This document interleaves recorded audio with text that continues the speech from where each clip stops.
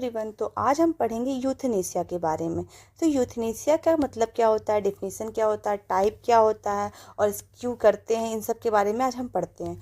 तो यूथनेसिया का वर्ड में अगर यू का मतलब देखें तो गुड होता है, थेनेसिया का मतलब होता है डेथ, यानी गुड डेथ इसका मतलब हो, और इसे मर्सी किलिंग भी कहते हैं। तो यूथनेसिया का मेन डिफिनेशन क्या होता है ये देखते हैं। यूथनेसिया का मतलब होता है कि पेनलेस डेथ प्रोड्यूस करना, यानी किसी पर्सन को पेनलेस डेथ देना जो कि इंसान ऐसी बीमारी से सफ़र कर रहा है जिसका ना कोई इलाज है और वो बहुत पेन में है, जिसको वो टॉलरेट नहीं कर पा रहा है। यानी कोई अगर पर्सन है वो ऐसी किसी बीमारी से जूझ रहा है जिसका कोई इलाज नहीं है, सिर्फ उसे पेन हो रहा है, पैसे वेस्ट हो रहे हैं, तो फिर उसका क्या फ़ायदा ऐसे जीने से, ना वो जी सकता है और बस पेन ही पेन हो रहा है। तो इससे अच्छा उसकी डेथ हो जाए। तो ऐसी डेथ को हम कहते हैं कि अच्छा डेथ है, ठीक है, वो इंसान ऐसे बहुत ज़्यादा सफ़र नहीं कर रहा है अपने उस पेन से, तो उसको डेथ देना ठीक है, दे दो डेथ, उसे ही यूथनेसिया बोलते हैं। मान लो कोई इंसान है, वो बहुत दिन से बीमार है, उसका कोई दवा भी नहीं हो रहा है, पेन भी हो रहा है, उसको कोई करने वाला नहीं है कि उसका हेल्प कोई करे, कोई हेल्थ के उसको उसके हेल्थ को मॉनिटर करे, उसके साथ रहे, ना कोई वो अकेला है। तो इससे अच्छा वो मर जाए ना इंसान, क्योंकि वो यहाँ पे सर्वाइव कैसे करेगा, उसे बस पेन ही पेन है और वो ठीक भी नहीं हो रहा है। तो ऐसे ही डेथ को हम यूथनेसिया कहते हैं। अब हम बात करते हैं कि टाइप्स क्या होते हैं यूथनेसिया के। यूथनेसिया दो टाइप के होते हैं, एक एक्टिव यूथनेसिया होता है, एक पैसिव यूथनेसिया होता है। एक्टिव यूथनेसिया का जो होता है वो इस पे होता है, ये प्रिंसिपल बेस्ड है कमीशन के, और पैसिव यूथनेसिया जो है ओमिशन पे बेस्ड है। कमीशन का मतलब होता है कि हम कुछ करेंगे जिसकी वजह से उसकी डेथ होगी, यानी हम एक्टिवली पार्टिसिपेट करेंगे उसकी डेथ में। जैसे कि कोई इंसान है, ठीक है, वो बहुत पेन में, दर्द में, तो हम करते हैं क्या कि हम चलो उसको इंजेक्शन लगा दें जिससे कि उसकी डेथ हो जाए। कोई पॉइजन का गया, कोई भी ऐसी कोई इंजेक्शन है जिससे वो डेथ जाए हो जाए, लेकिन वो डेथ भी पेनलेस होनी चाहिए उसकी, मतलब उसको पेन ना हो, मतलब उसको लगा दिया और वो मर जाए तुरंत आराम से बिना किसी पेन के। तो उसमें उसका ही फ़ायदा हुआ, मतलब फ़ायदा तो नहीं हो बट वो तो उसका सर्वाइवल रेट तो बहुत कम ही था ना। तो अब तो इससे अच्छा उसकी डेथ हो जाए। तो ये है हमारा एक्टिव यूथनेसिया।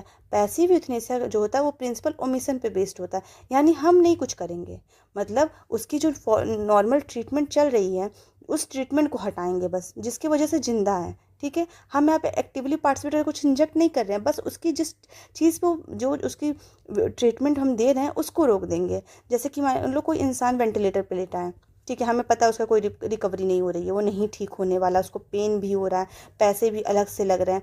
तो हम क्या करते हैं, अगर हम उसका वेंटिलेटर बंद कर दें तो उस आराम से तुरंत थोड़ी देर में मर जाएगा, फिर मर गया। तो इसे ही हम यूथनेसिया कहते हैं, यानी इसमें हम जो होते हैं हम उसके ट्रीटमेंट को रोकते हैं, ठीक है, ट्रीटमेंट ही हम नहीं देंगे उसको।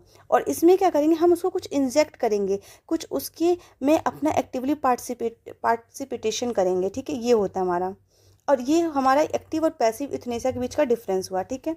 अब जैसे मान लो किसी को कार्डियक अरेस्ट आ रहा है, ठीक है, तो उसको कार्डियक अरेस्ट आने दो, उसको ठीक मत करो, उसको ट्रीटमेंट मत दो, ट्रीटमेंट ही हटा दो, तो वो होगा पैसिव यूथनेसिया। अब मान लो किसी को अगर यहाँ पे कोई इंसान लेटा हुआ है, उसको इंजेक्शन लगा दी, तो वो हो गया एक्टिव यूथनेसिया। ये था डिफरेंस। अब आता है क्लासिफिकेशन की बात करेंगे। तो ये तीन तरीके से होते हैं, एक तो वॉलेंट्री होगा, एक नॉन वॉलेंट्री होगा, एक इनवॉलेंट्री होगा। तो वॉलेंट्री यूथनेसिया किसे कहते हैं ये देखते हैं पहले।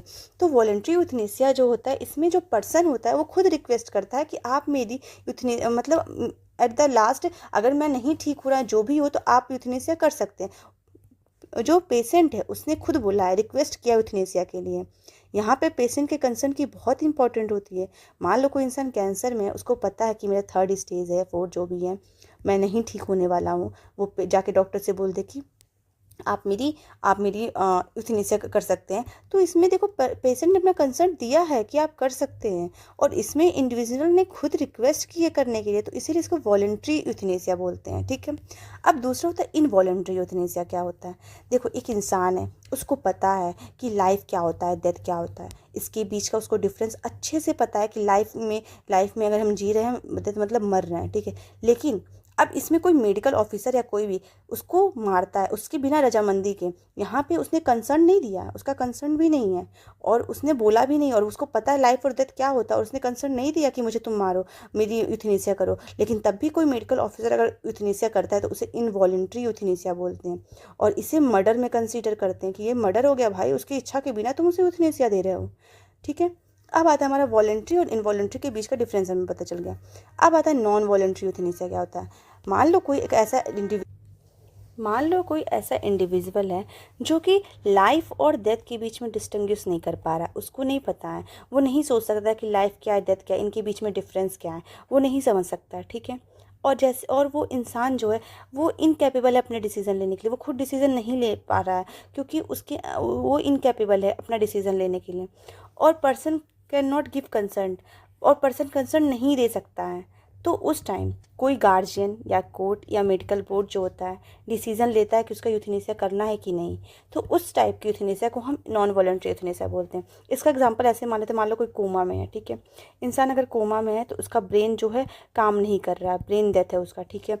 ब्रेन डेथ है तो वो डिसीजन ले सकता है? डिसीजन वो नहीं ले सकता। क्या वो लाइफ और डेथ के बीच में समझ सकता है? नहीं समझ सकता। क्या वो कंसर्न दे सकता है? नहीं। तब उसके पेरेंट्स हुए, कोर्ट हुए, मेडिकल बोर्ड हुए, वो डिसाइड करेंगे उसका यूथनेसिया करना है कि नहीं, ठीक है। दूसरा एग्जांपल मान लो कोई सीवियरली डिफेक्ट इन्फेंट है। इन्फेंट क्या होता है? छोटा बच्चा है बेचारा, वो छोटा बच्चा क्या डिसीजन ले सकता है? नहीं ले सकता।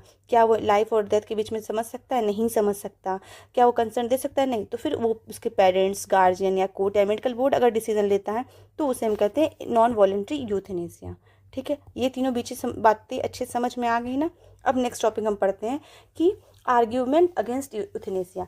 यूथनेसिया देखो ठीक है, लेकिन उसके कुछ तो ड्रॉबैक्स होंगे ना, तो उसको लेके क्या क्या आर्ग्यूमेंट है वो पढ़ते हैं। तो पहले अब देखो हम आर्ग्यूमेंट अगेंस्ट यूथनेसिया पढ़ते हैं। जैसे यूथनेसिया जो है ठीक है, अच्छी चीज़ें करनी है नहीं करनी है वो सब डिपेंड करता है, लेकिन उसको लेके कुछ तो बहस भी है, कुछ आर्ग्यूमेंट है उसको लेके यूथनेसिया के बारे में, तो उनके बारे में हम पढ़ते हैं, ठीक है। तो अब देखो यूथनेसिया जो है, पहले नंबर वो हमारे मेडिकल एथिक्स के खिलाफ है। हमारे मेडिकल एथिक्स नहीं कहते कि हम किसी को मार दें। दूसरी बात कि मान लो आज डिजीज़ का कोई इलाज नहीं है, तो हो ऐसा तो है नहीं कि आने वाले समय में इलाज नहीं होगा, हो सकता है आने वाले समय में इलाज हो। तो क्या तुमने जो आज किया वो सही है? तुम डेथ कर दी है इसके बेसिस पे कि इलाज नहीं है, तो गलत बात है। दूसरा, डॉक्टर मिसयूज़ करेंगे भाई इसका। डॉक्टर किडनी बेचने लगेंगे, उसके हार्ट को ट्रांसप्लांट करने में हेल्प करेंगे, वो अलग अलग तस्करियाँ करेंगे, तो ये गलत बात हो गई, ठीक है। और उसके अलावा जैसे कि डॉक्टर क्या करेंगे, रिलेटिव्स के हेल्प करने लगेंगे। रिलेटिव्स अगर कहेगा किसी को मार दो प्रॉपर्टी के लिए, इसके लिए मैं तुम्हें कमीशन दूंगा, तो डॉक्टर तो भाई मिसयूज़ करना शुरू कर देंगे, उन्हें भी तो लालच आ जाएगा, ठीक है। जैसे लिखा है doctor coming hand in gloves with relatives, relatives के हाथ में आ जाएंगे डॉक्टर। दूसरा कि अभी तो यूथनेसिया डिवाइड है क्लासिफिकेशन में कि वो 3 तरह के होते हैं, लेकिन बाद में सारे यूथनेसिया जाके क्या बन जाएंगे, हो सकता हो बन जाए कि इनवॉलेंट्री यूथनेसिया है। सारी यूथनेसिया एक तरह से इनवॉलेंट्री ना बन जाए, इसकी ये भी एक तरह से बहस की बात है इसकी। अब आता है ये हमारा जो ह्यूमन लाइफ है ना, उसकी वैल्यू और इम्पोर्टेंस को कम कर रहा है। तो ये इसकी हमारी आर्ग्यूमेंट्स हैं। अब आता है रीज़न ऑफ यूथनेसिया। यूथनेसिया के रीजंस क्या क्या है? एक तो पहले ऐसा पेन हो रहा है किसी भी डिजीज़ में जो कि हम नहीं भी वो टॉलरेट कर सकते हैं, तो उसके लिए यूथनेसिया दे सकते हैं। फिर मान लो बहुत महंगी दवा है, नहीं अफोर्ड कर सकता है इंसान, तो यूथनेसिया दे सकते हैं। और सबको अधिकार है कि वो सुसाइड कर सकता है भाई, ठीक है। अब आता है बात कि मेडिकल साइंस जो होती है उसमें कुछ लिमिटेशन है कि कांट क्योर ऑल डिजीज़, कि सारे डिजीज़ को नहीं क्योर कर सकता, तो इसमें भी यूथनेसिया दिया जाता है। तो आज का जो हमारा टॉपिक था यूथनेसिया का, यहीं ख़त्म होता है। Thank you.